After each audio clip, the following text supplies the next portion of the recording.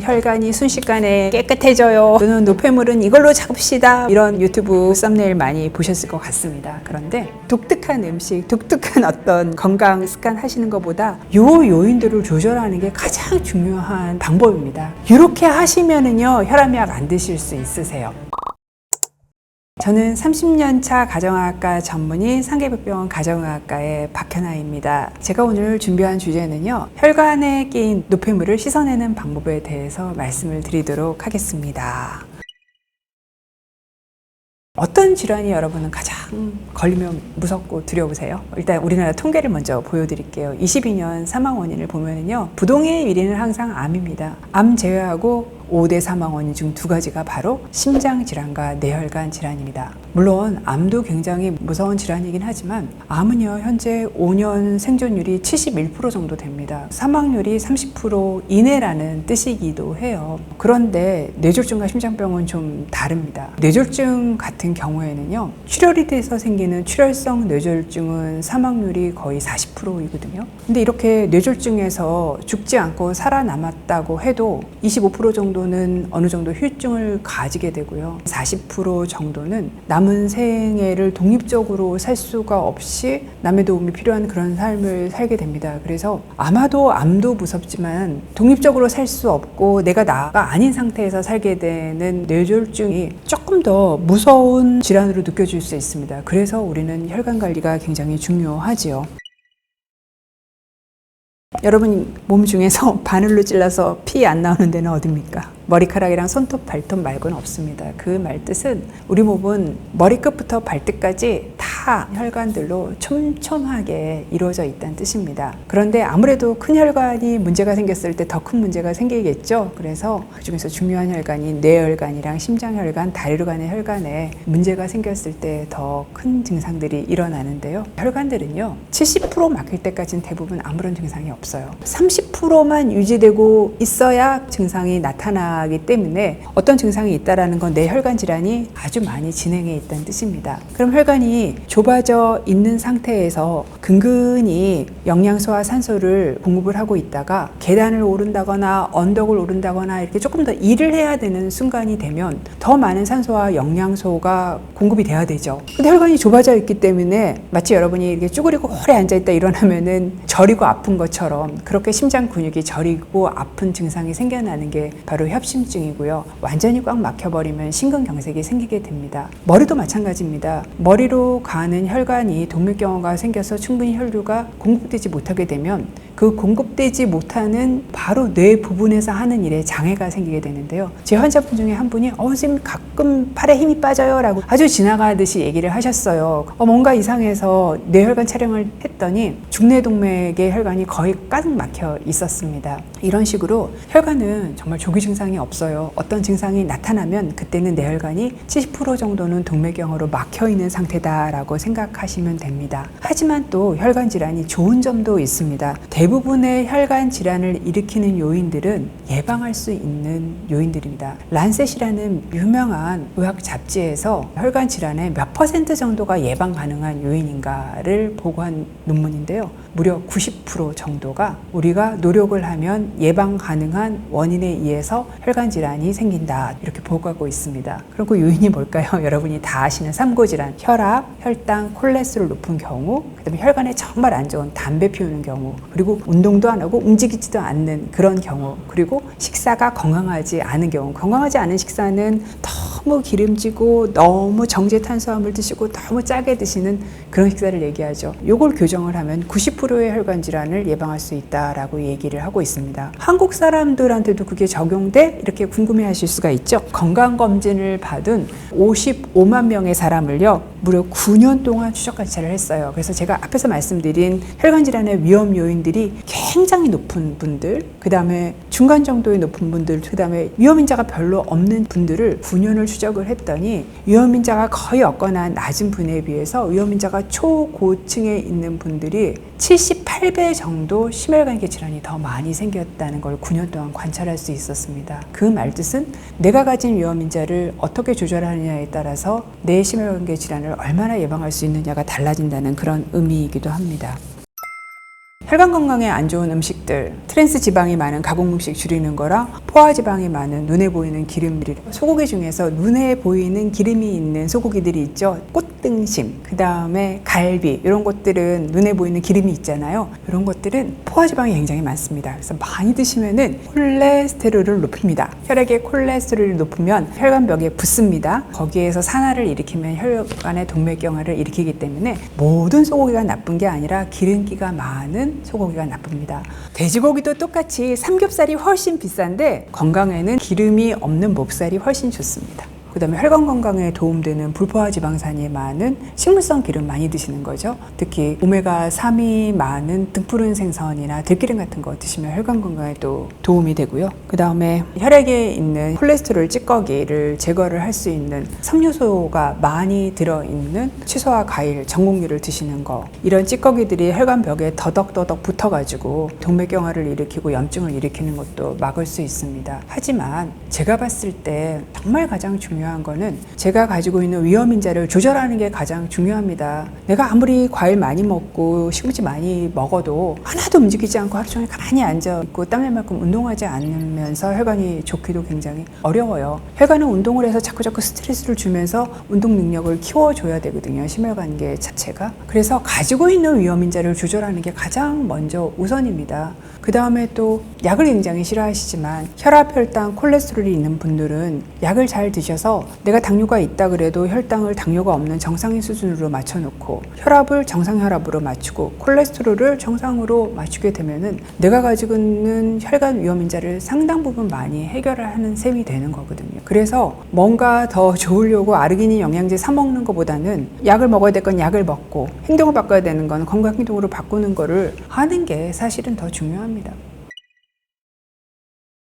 산화질소는요, 혈관이 3개의 층으로 이루어져 있습니다. 제일 안쪽이 내피, 제일 안쪽 층인데요. 여기서 만들어지는 물질이에요. 근데 얘가 만들어지면은 혈관을 확장시킵니다. 그러니까 혈류를 굉장히 증가시키니까 산소랑 영양 공급을 충분하게 하고 혈관이 확장되다 보니까 혈압이 떨어지게 되죠. 그런데 이 산화질소가 별게 아니에요. 여러분이 먹는 음식에 들어있는 아미노산인 아르기닌이랑 수박에 많다고 얘기하는 시트룰린에서 우리 몸에서 필요한 만큼 만들어지거든요. 그래서 대부분의 경우에는 사실 산화질소가 부족해서 혈액 공급이 잘 안 되거나 혈압이 올라가는 일들은 많지 않습니다. 그런데 이제 나이가 들수록 아무래도 산화질소가 덜 만들어지는 경우가 있고, 두 번째는 내 몸에 조절되지 않는 만성 염증이 쭉 깔려 있는 이런 경우에도 산화질소가 덜 만들어집니다. 그리고 또 어떤 경우가 있느냐면요, 혈압, 혈당, 콜레스테롤이 높고 배가 나온 경우, 그래서 내장 비만이 있는 이런 경우에도 혈관 내피 기능을 떨어뜨리거든요. 그러니까 내피 기능이 떨어지니까 산화질소가 덜 만들어지게 돼서 산화질소 결핍을 또 부를 수가 있고요. 또 하나는 산화질소가 내 몸에서는 충분히 만들어졌는데 내가 스트레스를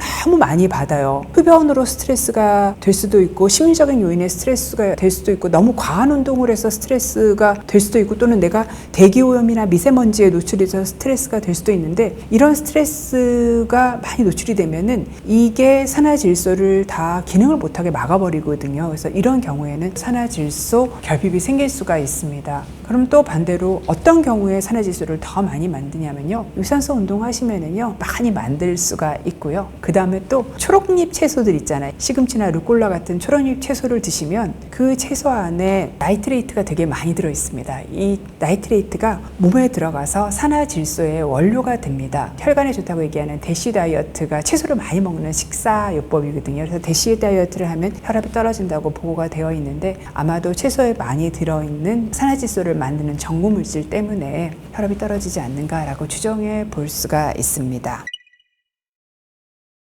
제가 가장 많이 듣는 질문, 약 드세요 하면 평생 먹어야 되나요? 이렇게 많이 물어보시는데 답은 평생 먹어야 됩니다입니다. 왜냐하면 나이가 들면서 혈관이 말랑말랑해지는 분은 없습니다. 그래서 혈압은 올라갑니다. 노인이 되시면은요, 수축혈압은 계속 올라가는데 이완기 혈압은 떨어지는 메가배 증가를 볼 수가 있습니다. 그래서 내가 뭘 잘못하지 않아도, 특별한 위험인자가 없어도 나이가 들어서 어느 정도 동맥경화가 되기 때문에 혈압약은 계속해서 유지하는 게 대부분의 경우입니다. 됩니다. 그 다음에 이제 끊어보았는데 혈압이 좋다고 얘기하면서 실제로 끊으세요. 끊고 난 다음에 집에서 혈압을 열심히 불안하니까 재보십니다. 근데 이 혈압약의 효과가 몇 주 갑니다. 그러니까 집에서 끊고 난 다음에 재보면 당장은 혈압이 좋아요. 혈압약의 효과가 내 몸에서 다 빠져나가고 몇 달 뒤에 갑자기 혈압이 180, 190 상승해서 응급실 오시는 분들을 제가 많이 봤기 때문에 약을 먹고 혈압이 좋아도 그 다음날 또 드셔야 된다라고 말씀드릴 수 있습니다. 제 환자분 중에서 진짜 약을 안 드시는 분이 있어요. 혈압약. 약을 3개월을 드리면 6개월 뒤에 오세요. 이틀에 한 번 정도 드시다가 나중에 약 떨어지면 한 달 정도 안 드시고 오세요. 그런데 한 달 만에 머리가 너무 아프시고 얼굴이 시뻘개져서 눈알이 터질 것 같고 컨디션이 안 좋고 뇌혈관이 터질 것 같은 느낌이 들다고 오신 거예요. 혈압이 210이었어요. 혈압계로 측정할 수도 없는 혈압이었어요. 응급실 가셔야 되는 거죠. 다행히도 이분 혈관이 210, 220인데 터지지 않았어요. 아직은 나이가 50이 안 되신 분이셨거든요. 혈관이 어느 정도 탄력성이 있어서 그런 거죠. 한 70, 80 됐으면 터졌을 혈압이었죠. 그리고 그 다음엔 약을 드세요. 또 많이 물어보시는 게요. 약 먹고 해결할 수 있는 방법이 있냐고 물어보신다면 있습니다. 확립된 방법이 있어요. 소금을 굉장히 줄여서 드시게 되면요. 하루 6g 이하면 사실은 좀 거의 간을 안 하고 드시는 정도거든요. 혈압이 5 정도 떨어집니다. 체중을 1kg를 빼면요. 매 1kg 뺄 때마다 1 정도 떨어집니다. 절주를 하시면 또 한 4 정도 떨어지고요. 운동을 안 하다가 하시게 되면 한 5 정도 떨어집니다. 식사를 채식 위주의 건강한 식습관, 건강 식습관 어떤 거냐면요. 이렇게 드시는 겁니다. 채소와 과일 많이 드시고 견과류 좀 챙겨 드시고 곡류는 정제되지 않은 현미나 잡곡을 드시고 생선으로 단백질을 좀 드시고 그 다음에 가금류 드시고 이렇게 드시는 게 건강한 식사인데요. 이렇게 드시면 무려 10일 정도가 혈압이 떨어집니다. 이렇게 하시면은요 혈압약 안 드실 수 있으세요. 이렇게 하는 게 잠깐은 가능합니다. 하지만 오랫동안 가능하신 분들은 많지가 않아요. 그리고 제가 생활습관요법 해보기 위해서 좀 기다려주세요. 3달 뒤에 올게요 하고 얘기하시거든요. 그 3달 동안 내 혈압이 내 혈관의 내피수포를 망가뜨리기 때문에 동맥경화가 진행이 됩니다. 그래서 저 같은 경우에는 혈압약은 혈압약대로 드시고 드시면서 생활요법을 해서 혈압이 떨어지면 그때 약을 줄이거나 끊으면 되거든요. 그렇게 하시라고 말씀을 드립니다. 그 다음에 많이 물어보시는 게 뒷목이 뻣뻣하면 고혈압이냐고 물어보시는데요. 사실 혈압이 한 180 정도 넘어가게 되면 뒷목이 뻣뻣한 증상이 생길 수 있습니다. 하지만 대부분의 뒷목이 뻣뻣한 거는 긴장성 두통이나 목이 아프신 경우가 대부분이라서 사실 혈압이라는 거는 아주 악성 고혈압이 될 때까지는 대부분 증상이 없고 내가 병원 가서 혈압을 재봤는데 높더라라는 걸로 진단을 하는 거지 증상으로 진단하는 질환이 아닙니다. 그 다음에 혈압약은 부작용이 많다고 많이 얘기를 하시는데요. 옛날에 베타브로커라는 혈압약을 많이 썼어요. 이뇨제라는 혈압약도 많이 쓰고 이 약들이 좀 부작용이 있습니다. 요즘에는 다른 계통의 혈압약을 훨씬 더 많이 쓰고 있기 때문에 그리고 베타브로커도 부작용이 작은 것들이 많이 나왔어요. 그래서 그런 걸 쓰고 있어서 혈압약은 사실 부작용이 거의 없습니다. 그래서 안심하고 드셔도 되고요. 그 다음 정말 중요한 거 내가 이렇게 젊은데 고혈압약을 먹어야 되냐고 얘기를 하시고 젊었을 때 고혈압은 고혈압이 아니라고 생각을 하시거든요. 그런데 혈압이라는 게 대표적으로 심혈관계 위험인자입니다. 특히 혈압은 당뇨랑 콜레스테롤보다 더 혈관을 더 많이 나쁘게 해요. 내가 만약에 70살에 고혈압이 됐어요. 그러면 보통 우리나라 분들이 요즘 90살까지 사니까 혈압을 가지고 살아야 되는 기간이 20년입니다. 그런데 내가 30이나 40에 고혈압이 됐으면 혈압을 가지고 살아야 되는 기간이 반백년입니다. 그러면 70에 고혈압이 생긴 분들이 죽을 때까지 동맥경화가 생길 가능성이 높을까요? 아니면 30, 40에 생긴 분들이 동맥경화가 생길 가능성이 더 높을까요? 당연히 30,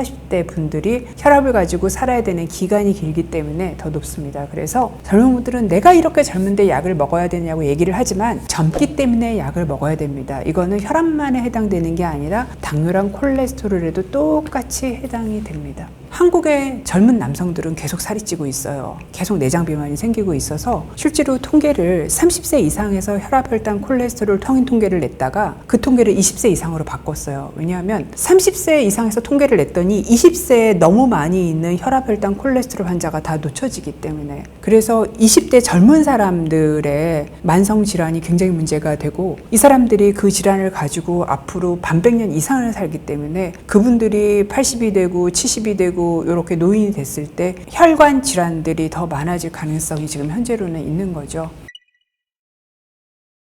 혈압약 언제 끊을 수 있냐고 많이 물어보십니다. 어떨 때 끊을 수 있느냐면요, 1년 동안 혈압이 계속 정상으로 유지가 되면 줄이거나 끊을 수 있습니다. 혈압 뭐가 정상이냐고 많이 물어보시는데요, 환자분들은 140에 90 이하면 정상이라고 많이 생각을 하시거든요. 그게 아니고 정상 혈압은 120에 80 이하입니다. 근데 혈압약의 용량을 봐야 돼요. 그 이유가 요즘에는 복합제가 대세입니다. 한 알 먹는다고 한 알이 아닌 경우가 많아요. 많이 드시는 혈압약인데요, 이 혈압약은요, 한 알이잖아요. 그런데 한 알이 아닙니다. 암로디핀 한 알과 로자탄 두 알과 이뇨제 한 알이 들어있어서 한 알이지만 총 4알이 들어있어요. 근데 환자분들이 사실 알수를 줄여드리면 굉장히 기뻐하시거든요. 그래서 의사도 이렇게 복합제를 많이 드시는데, 이 정도 드시는 분이 다음날 안 드시면 혈압은 치솟습니다. 한 알이라고 무조건 끊어볼 수가 있는 게 아니라 진짜 한 성분을 한 알이나 반 알 드시는 분들이 끊어볼 수 있는 거지, 물리적으로 한 알이라고 약이 적은 건 아니기 때문에 그런 분들한테 해당되는 건 아니라서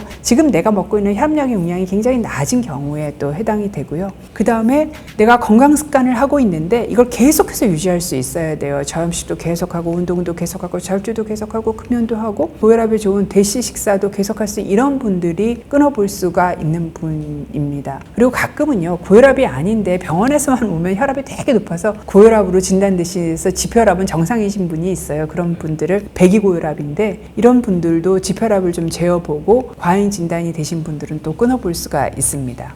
하지만 끊어본 분들의 통계를 보면은 대부분 1년 동안 한 60% 정도는 다시 약을 먹게 되고요. 2년이 지나면 75% 정도가 다시 약을 먹게 됩니다. 그래서 저 같은 경우는 혈압약을 완전히 끊어드리지 않고 최소 용량으로 유지를 하고, 그렇게 유지를 해야 또 환자분이 혈압도 재시고 병원도 오시기 때문에 그때 다시 옛날 용량으로 증량을 하는 그런 방법을 사용을 하고 있습니다.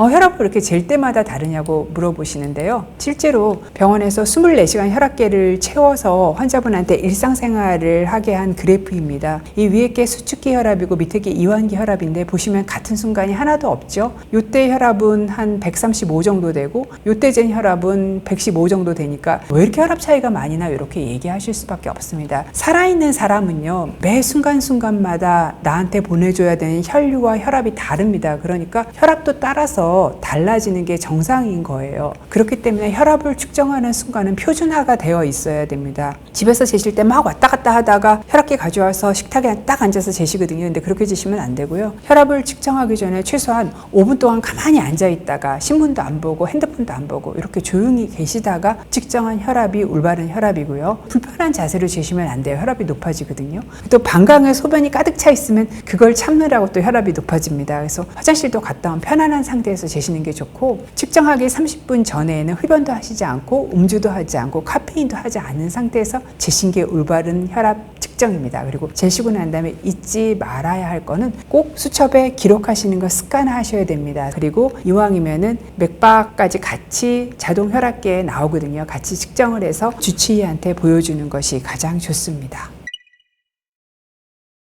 보통 이제 저혈압이에요라고 오시는 분들은 대부분 굉장히 마른 여성인 경우가 많아요. 원래 팔이 가늘면요, 혈압이 낮게 재집니다. 반대로 통통하셔서 팔이 굵으면은 혈압이 높게 재져요. 압박을 너무 심하게 하기 때문에 요 커프가 펴지지 못해서 나타나는 현상이라서 실제로 마르기 때문에 혈압이 좀 낮게 측정된 경우들이 더 많거든요. 그런데 혈압이 낮은 어떤 증상이 있다면 그거는 분명히 어떤 질환에 속하지만, 아무 증상이 없이 혈압만 낮다고 하면 그거는 질환인 저혈압이라고 이름을 붙이기보다는 그냥 이분은 혈압이 낮은 혈압이야, 이렇게 하고 하는 게 맞고요. 가끔은 이런 분들 중에서 기립성 저혈압이라는 증상을 가지고 있는 경우들이 많습니다. 이거는 분명히 질환이에요. 왜냐하면 딱 일어나는 순간에 혈압이 승합이 되지 않고 오히려 혈압이 떨어지면 이분은 정신을 잃고 쓰러져 가지고 낙상을 해가지고 여기저기 깨지거나 다치는 경우들도 굉장히 많거든요. 요거는 분명히 질환입니다. 그래서